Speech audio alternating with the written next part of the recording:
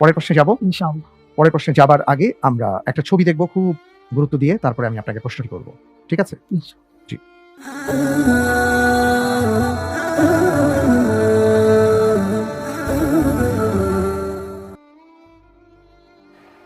আপনি লোগোটা দেখে নিশ্চয়ই বুঝতে পেরেছেন। নিচে লেখা ছিল, কি লেখা ছিল? University of Dhaka. হ্যাঁ, অর্থাৎ ঢাকা ইউনিভার্সিটির একটা লোগো আমরা দেখলাম এবং এই লোগোটা আগের পুরনো লোগো। এবার আমি প্রশ্নে যাচ্ছি।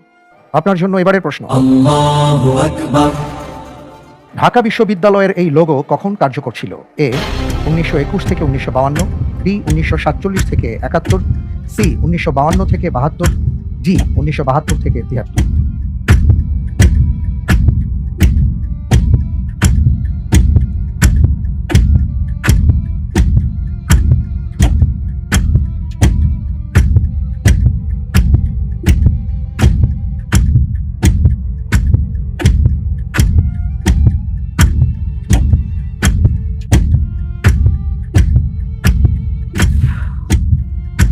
জি, আলহামদুলিল্লাহ, আল্লাহর উপর ভরসা করে উত্তর হিসেবে বেছে নিচ্ছি অপশন এ 1971, 21 থেকে 1952। প্লেস করা হোক অপশন এ 1921 থেকে 1952। ঢাকা বিশ্ববিদ্যালয়ের সূচনা কত সাল থেকে? 1921 সাল থেকে। 1921 সাল থেকে।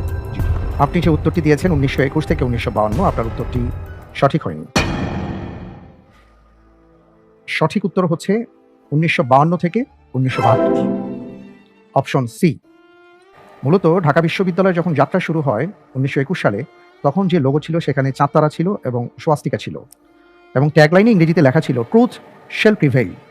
পাকিস্তান আমলে 1952 সালে এই ব্রিটিশ লোগোটি পরিবর্তন করা হয় এবং সোয়াস্তিকা বাদ দেওয়া হয়, আরবি হরফের বই জুড়ে দেওয়া হয় এবং সেই সঙ্গে নদী নৌকার দৃশ্য জুড়ে দেওয়া হয় এবং এই লোগোটি মূলত 1972 পর্যন্ত স্থায়ী ছিল।